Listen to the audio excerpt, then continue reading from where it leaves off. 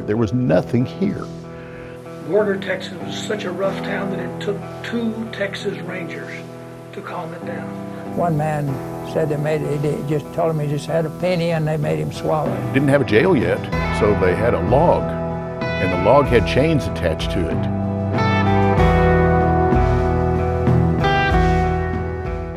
Borger was established 25, 26, and one day there wasn't anyone there, and 2 weeks later, supposedly there was 10,000 people there living in wagons and tents, and it was rough, tough. All the tough people in the country moved in there immediately to get rich quick, and bank robbers would come there. They'd hold up a bank in Oklahoma and come to Borger and kind of meld in the crowd, and it's a little too rough for the law, and the condition was so rough that at times there was a reputation at a certain road where 2 roads crossed that hijackers had a location there that they'd hold up anyone coming along. And they had a reputation of being there from sunup till sundown, not leaving. They didn't have any fear of the law.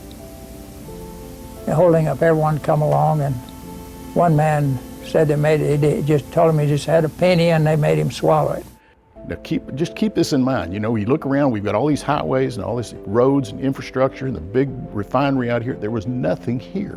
When the oil was found in Moore County, the word got out, and speculators came from all over the place, they're wildcatters, and they're punching holes all over the land trying to find stuff. Well, some of them are finding and some of them are not, but they hadn't had that big gusher yet. Texas on a well, he's drilled to the bottom of the hole, they struck oil, he was disappointed with it. He said, I think I'm gonna drill another couple of feet.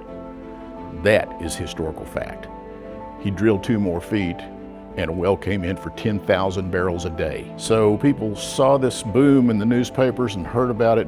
There were some people that lived in tents for a couple of years because they couldn't afford to get enough money together to build something. Ace saw the future when nobody else could. So these little towns are popping up, and Ace hadn't got his town named yet. But he got the post office to come in here and build a post office. Well, when you get the post office, that's going to be the name of the town. The Weatherlys had come back over here, and everything south of 1st Street, you know, was Isom. Isom was blended in with Borger, and the Weatherlys moved back to Panhandle. He sold $100,000 worth of lots on the first day in 1926, March 8th, 1926.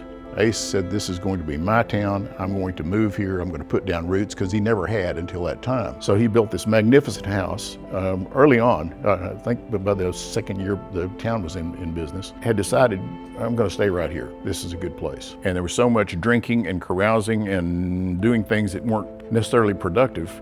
They didn't have a jail yet, so they had a log, and the log had chains attached to it, and the chains were attached to the prisoners' ankles, and that was their jail, you know, in winter or in summer for a while until they got a jail built. John Holmes was made district attorney, and he was tasked with cleaning up Borger. That's a big job, okay? It's a big job.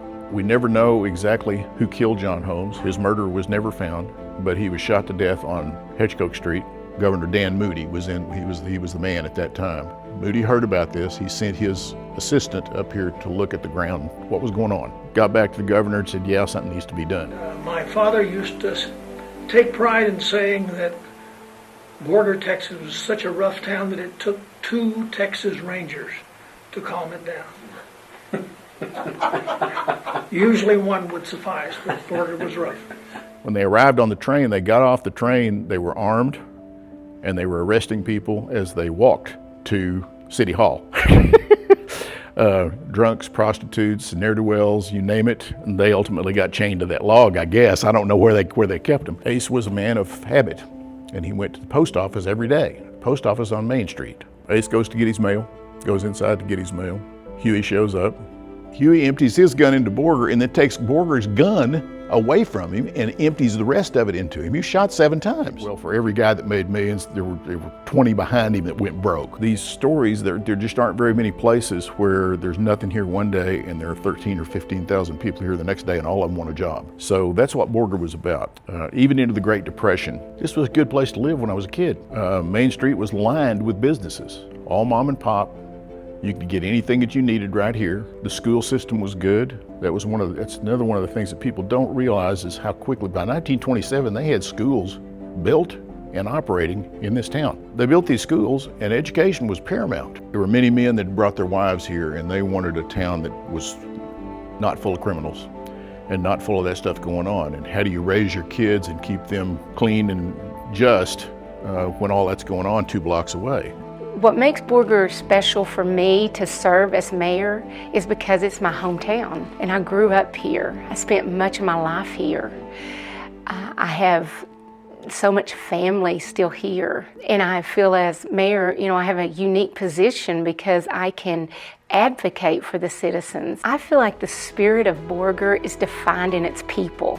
They are hardworking, they're resilient, they don't quit. It makes me proud to see how the people of Borger are so strong. They're survivors. Borger's unique because it's something different for everybody, and so it's kind of hard, I think, to put it into words for somebody else. Really, I always go back to what came out in the Boomtown Comprehensive Plan is just resilient. We've lived in a industry that has boom and bust cycles forever, and we've always found a way through it. It said that those that don't pay attention to history are destined to repeat the mistakes of the past.